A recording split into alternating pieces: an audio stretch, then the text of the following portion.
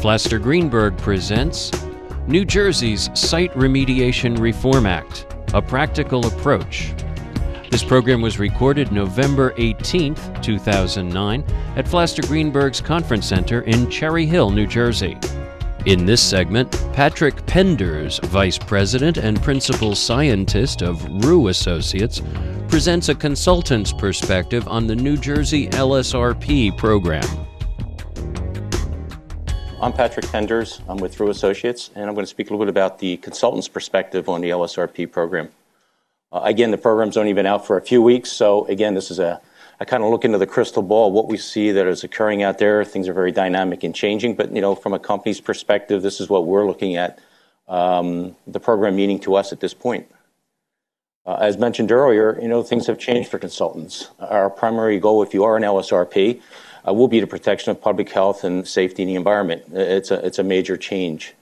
Again, the LSRPs will be responsible for supervising and performing the remedial investigations and remedial actions, and we will be required to certify. And when I say we, I mean LSRPs. Not all consultants are going to be LSRPs, but those who are, will have additional requirements and responsibilities.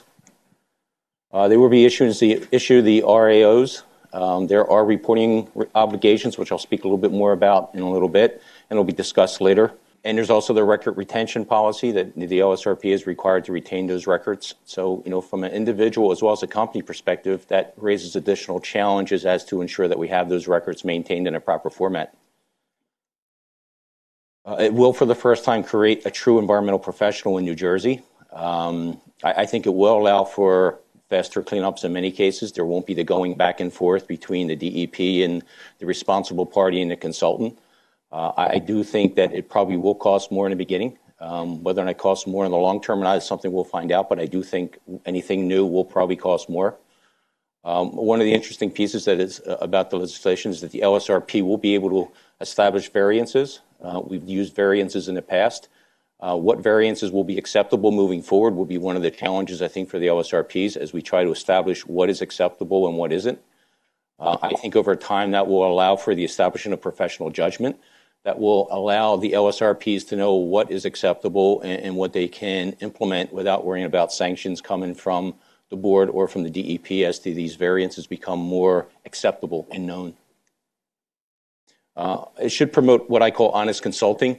I think as consultants, we've all been through the process where you're in a bidding process and you're competitive bidding to work and you're looking at what's the smallest scope of work you can get in there with to be able to get the work. And then if the project expands, it expands. Or it's an accepted approach that, we don't think we need to put the deeper wells in for a site. Well, let's go with the shallow wells only. We'll make the DEP come back and tell us we have to put the deeper wells in. I think what this will result in now with the LSRP program is if you really think you need to put the deeper wells in, I think you're going to need to put those deeper wells in sooner rather than later. And it's not going to be the DEP's responsibility to tell you that. I think it'll be the LSRP's responsibility to make that interpretation. I think the phased-in approach is reasonable. If you're in the program already, you've got 3 years to get into the program. So I think that's very beneficial to allow for the gathering of information to prepare yourself getting into the LSRP program. And what we're looking at, working with our clients, is which are the best projects to get in first. And in our opinion, that is some of the more straightforward projects that make sense to get into it, that doesn't have a lot of complexity to it, that hopefully you can better understand what the program and rules are and take some of the more straightforward projects through the program. I do think it will result in a cultural change with the NJDEP. We'll wait and see. We've all probably dealt with the DEP and know what their past culture has been. But I think over the last year, dealing with them and understanding, speaking with a lot of them, and be involved in some of their conferences, they do think that they need to change their culture. Whether or not they'll be successful in doing that is another question. But for this program to be successful, there really needs to be a cultural change at the NJDEP. A few of the issues that you have to look at is the affirmative obligation to proceed. There's no more waiting for the DEP to tell you what you need to do. You need to go out there. There are time frames and time periods that you need to meet. And we'll be speaking a little bit more about that. Some of the other speakers will be, but there are clear timelines that you need to meet. And you don't want to miss those timelines and end up in what is known as the oversight department, where things get much more convoluted and much more strict. What you really want to do is make sure you make the timelines. It's important that you do. Confidentiality and reporting obligations. At this point, the LSRP does have some reporting obligations, and most of those really pertain to the IECs, immediate environmental concerns pertaining to if you have impacted potable wells, vapor issues, or acute soil criteria. There are some issues, and we'll talk a little bit more about, but they are some reporting obligations the LSRP does have. And again, we talked a little bit about the paperwork burden, keeping the files in check with what we need to do as the LSRP, and there's going to be lots of forms. I think there's close to 50 forms now that have been generated as part of the LSRP program that need to be submitted to the NJDEP. From our perspective, I think it will result in more increased litigation. I expect to be sued, quite honestly, as a consultant. That's my discussions with our senior management. It will happen.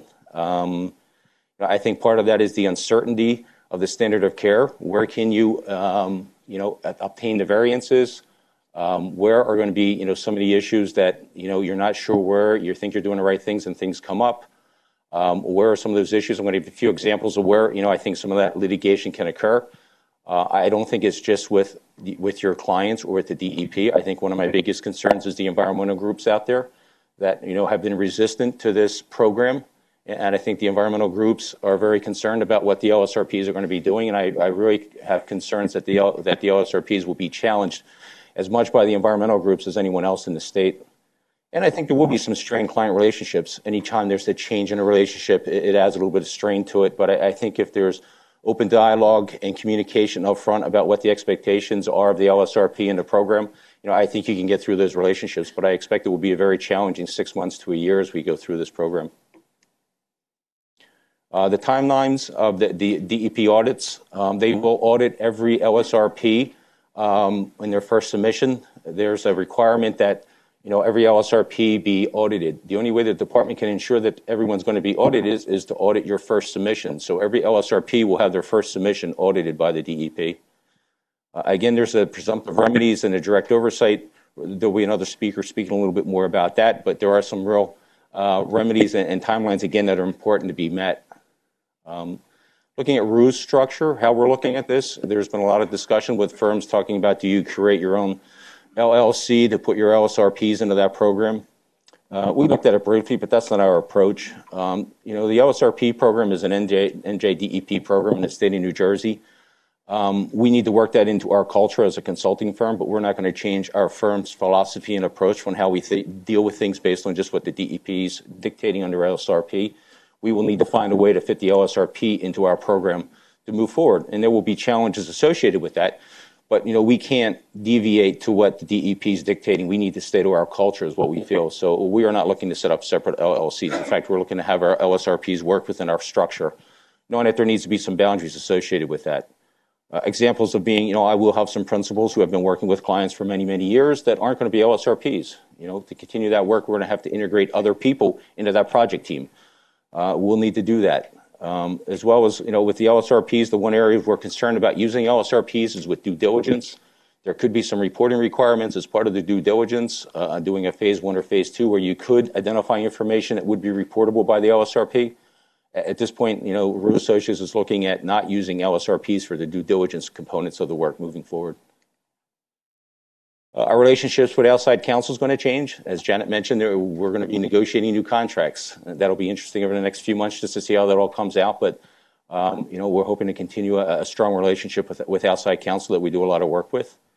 Internal proceedings, we're going to have to address, just the internal reviews within RU Associates, how we deal with those, how do we have sign-offs on documents. We're going to have to go through client agreements. We're looking at insurance issues as well. We're meeting with our insurance firms.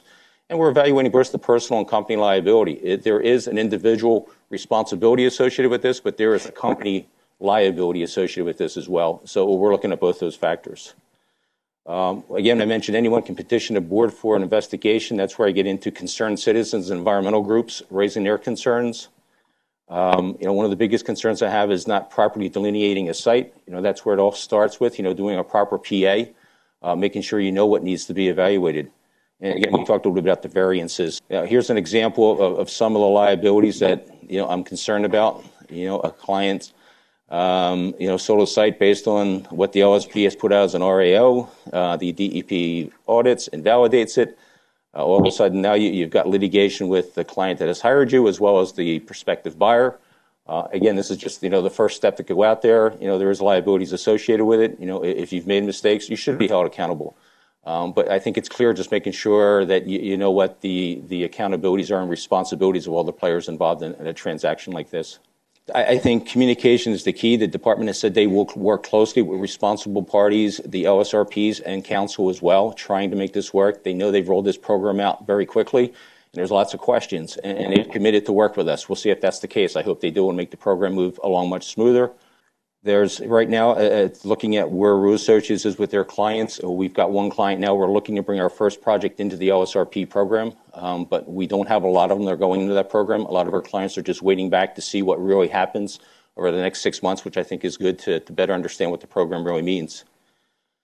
I think the key thing is, looking at the last bullet here, is that there is no plan B. The department does not have any other alternatives for this approach for remediation. In the state of New Jersey, the LSRP program is going to need to work. And there's a lot of hurdles we need to get over. But when you talk to the department, they have no plan B. We need to make this work. And somehow, I think everyone communicating and working closely together, we could be successful. Knowing that any change is going to be difficult. And I think over the next 6 months to a year, it's going to be very challenging as we try to establish those relationships. Thank you. We hope you enjoyed this program brought to you by Flaster Greenberg. For more information, call 856-661-1900 or visit flastergreenberg.com. This program was produced by Professional Podcasts in Cherry Hill, New Jersey, on the web at professionalpodcasts.com. For Flaster Greenberg, this is Steve Lubetkin. Thank you for joining us, and take good care.